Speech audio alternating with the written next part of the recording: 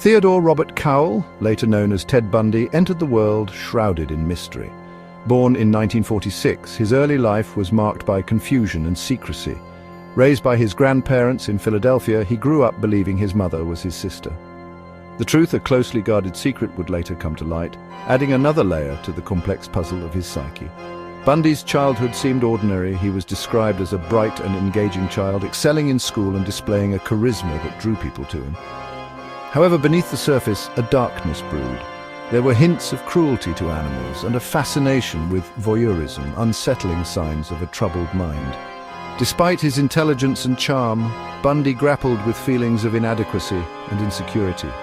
The stigma of illegitimacy and the absence of his biological father left an indelible mark. His teenage years saw these insecurities fester, gradually morphing into something more sinister. As Bundy transitioned into adulthood, the line between normalcy and deviance blurred.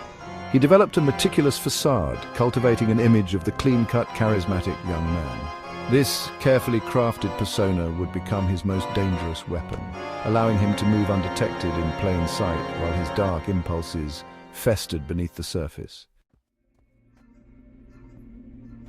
College became Bundy's hunting ground. He enrolled at the University of Washington, immersing himself in the world of academia and social circles. His intelligence was undeniable, his charm disarming. He excelled in his studies, volunteered at a suicide hotline, even worked on a political campaign. He was the epitome of a promising young man, his true nature hidden behind a mask of sanity. But beneath this veneer of normalcy, a monster lurked. Bundy's deep-seated insecurities and repressed anger morphed into a dangerous obsession with control and domination.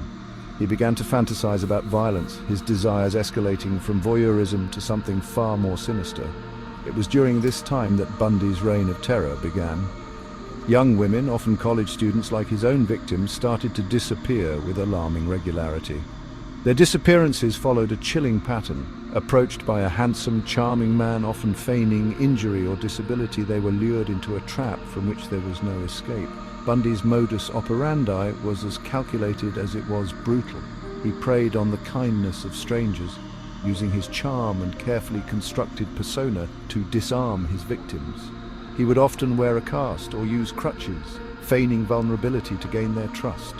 Once alone and vulnerable, he would unleash his rage, subjecting his victims to unimaginable horrors.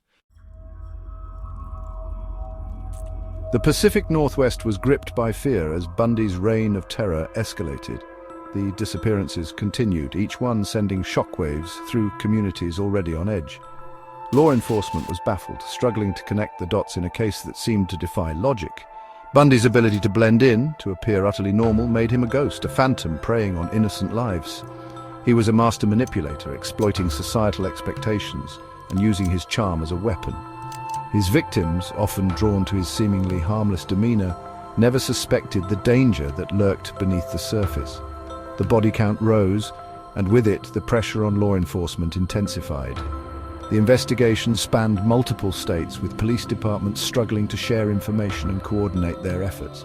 Bundy, meanwhile, remained a phantom, moving with ease, always one step ahead of the authorities. Despite his meticulous planning, Bundy's arrogance began to surface. He sometimes revisited his victims' grave sites, taking gruesome trophies to fuel his twisted fantasies. These morbid rituals, driven by a need for control and a chilling lack of remorse, would ultimately contribute to his downfall. After several escapes and close calls, justice finally caught up with Ted Bundy. His capture, a culmination of sheer luck, keen observation and dogged police work, brought an end to his reign of terror. The nation breathed a collective sigh of relief as the enigmatic killer, the face that had haunted countless nightmares, was finally behind bars. Bundy's trials became a media spectacle. His crimes, shocking in their brutality and premeditation, captivated the nation. In the courtroom, he remained defiant, relishing the attention and attempting to manipulate the legal system with his superficial charm and feigned legal expertise. Despite his attempts to control the narrative, Bundy's mask began to slip. The evidence against him was overwhelming, and his carefully constructed persona crumbled under the weight of his crimes. He was found guilty and sentenced to death, a fitting punishment for the horrors he had inflicted. On death row, Bundy finally confessed to the full extent of his crimes, revealing the true depths of his depravity. His confessions, chilling in their detail, painted a picture of a man consumed by darkness, a man who took pleasure in the suffering of others.